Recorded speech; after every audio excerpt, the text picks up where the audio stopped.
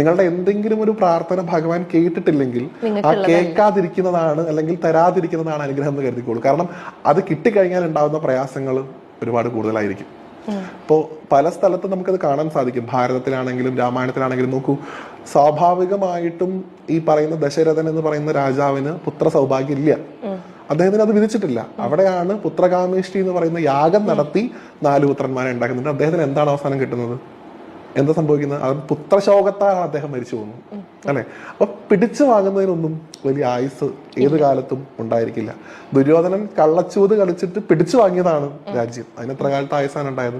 അപ്പൊ ഭഗവാനോട് പ്രാർത്ഥിക്കേണ്ടത്, ശരത്തേനൊക്കെ പറയും, ഭഗവാനെ ഇന്ന കാര്യത്തിന് എനിക്ക് അർഹത ഉണ്ടെങ്കിൽ അതെനിക്ക് തരണേ, അല്ലാത്തത് വേണ്ട.